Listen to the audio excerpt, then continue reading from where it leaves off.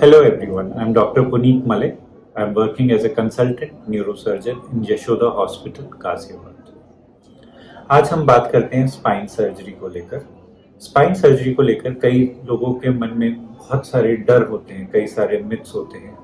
Surgery करा के कहीं पैरालाइज ना हो जाए, सर्जरी करानी ही क्यों है, दवाइयों से एक्सरसाइज से ही क्यों नहीं ठीक हो जाते। अगर हम बात करते हैं तो 90% से ज़्यादा केसेस सिर्फ दवाइयों से, फिजियोथेरेपी की सहायता से, एक्सरसाइज से, करेक्ट पोस्चर से ही ठीक हो जाते हैं। यानी कि समय के साथ बॉडी एडजस्ट कर जाती है, अडेप्ट कर जाती है, जो उनकी तकलीफ को कम कर देता है। पर कुछ केसेस ऐसे होते हैं जिनमें सर्जरी की आवश्यकता पड़ती है।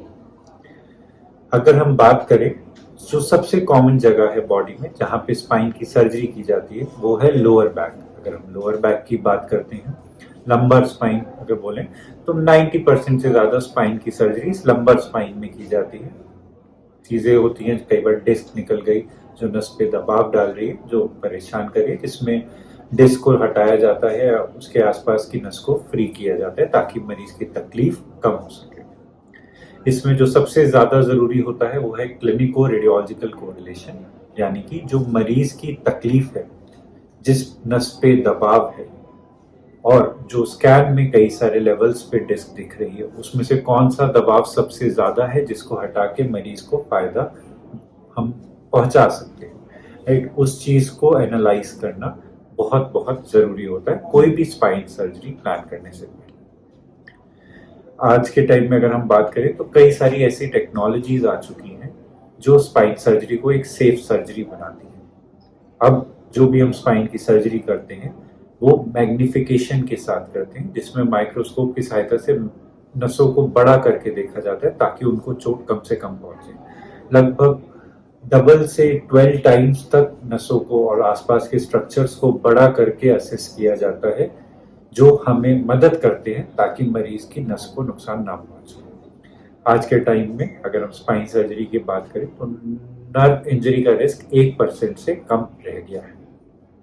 इसके अलावा कई एक नए स्पाइन इंस्ट्रूमेंटेशन भी ऐड हो गए हैं जो कि MRI कंपैटिबल है, जो नई नई टेक्नोलॉजीज जैसे न्यूरो नेविगेशन के साथ हम प्लेस कर सकते हैं, जिससे कि बहुत ही छोटे से इंसिजन से उन्हें स्क्रू को और रॉड्स को डाला जा सकता है और ये अब रिलेटिवली काफ़ी सेफ है।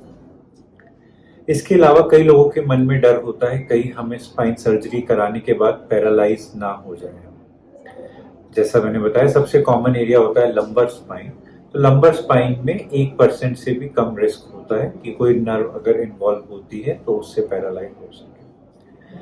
दिक्कत वहां आती है जहां पे सर्जरी की आवश्यकता है पर फिर भी हम सर्जरी नहीं करा रहे हैं। ऐसे में इरिवर्सिबल डैमेज होने की संभावना रहती है।